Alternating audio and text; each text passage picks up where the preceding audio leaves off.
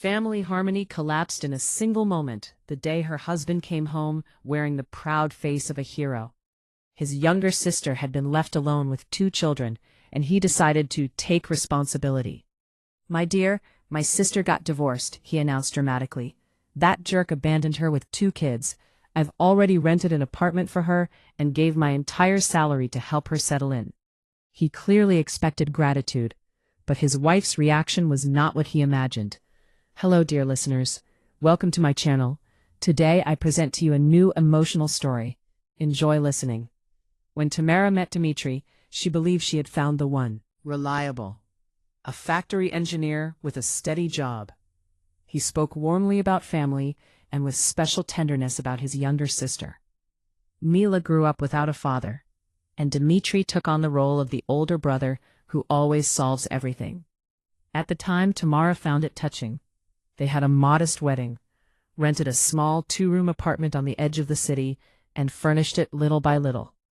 Tamara worked as an accountant in a small firm. Dmitry earned slightly more.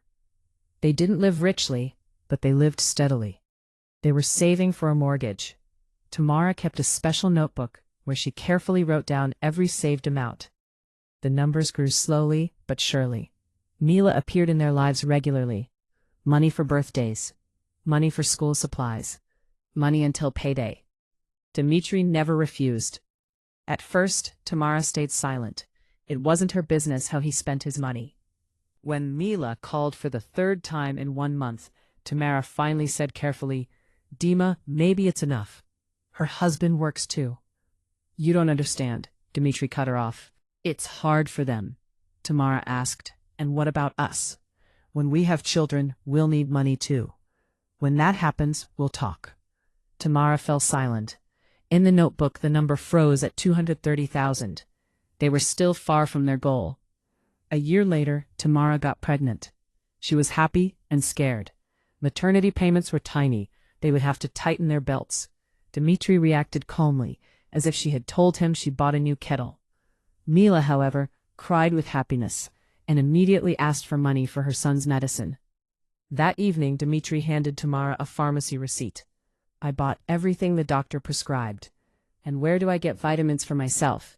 Tamara asked quietly. "They can wait." She didn't argue. She simply crossed out 5,000 from the savings. Tamara gave birth easily. They named the girl Ksusha. Dmitry came to the hospital with flowers, kissed his wife on the forehead, and murmured something about finally being a real family. Tamara pressed her daughter to her chest and believed that now everything would change. But a month later, Mila called again. She needed a stroller. The old one broke. Dmitry brought home a huge box. "For my nephew." "Our stroller is falling apart," Tamara said. "One wheel barely holds." "It still works." At that moment, Tamara felt cold inside. She looked at her husband and understood one terrible truth. This would never end. Mila would always come first. After maternity leave, Tamara returned to work. Ksusha went to daycare earlier than planned. The savings notebook had turned into a joke.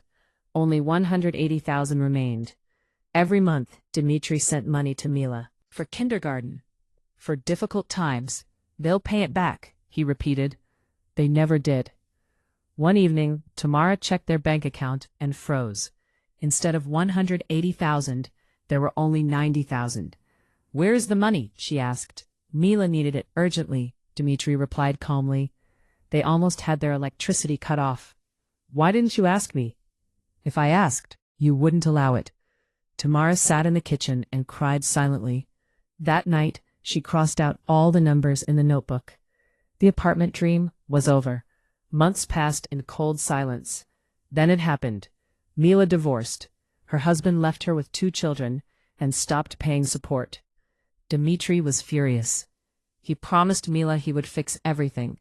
And one Saturday evening, he came home glowing. "I solved it," he announced proudly. "I rented an apartment for her and gave her my entire salary." Tamara laughed coldly. "And what will you live on?" she asked. "My money? This is my sister. And now she's your responsibility," Tamara said calmly, "because I'm leaving." She packed her things, took her daughter, and walked out. Life alone was hard, living with her mother, working 2 jobs, sleeping 4 hours a night. But money finally stayed with her. They divorced quietly. A year later, Tamara was promoted. Her salary doubled. One evening, Mila called. "I just wanted to say thank you," she said, "for leaving.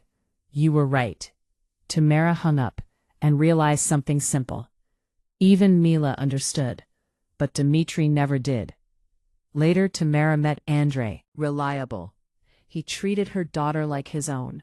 For the first time in years, Tamara allowed herself to believe that life could be different. She opened a new notebook and wrote, "Savings, 227,000, not a fortune, but hers, and a future no one could take away."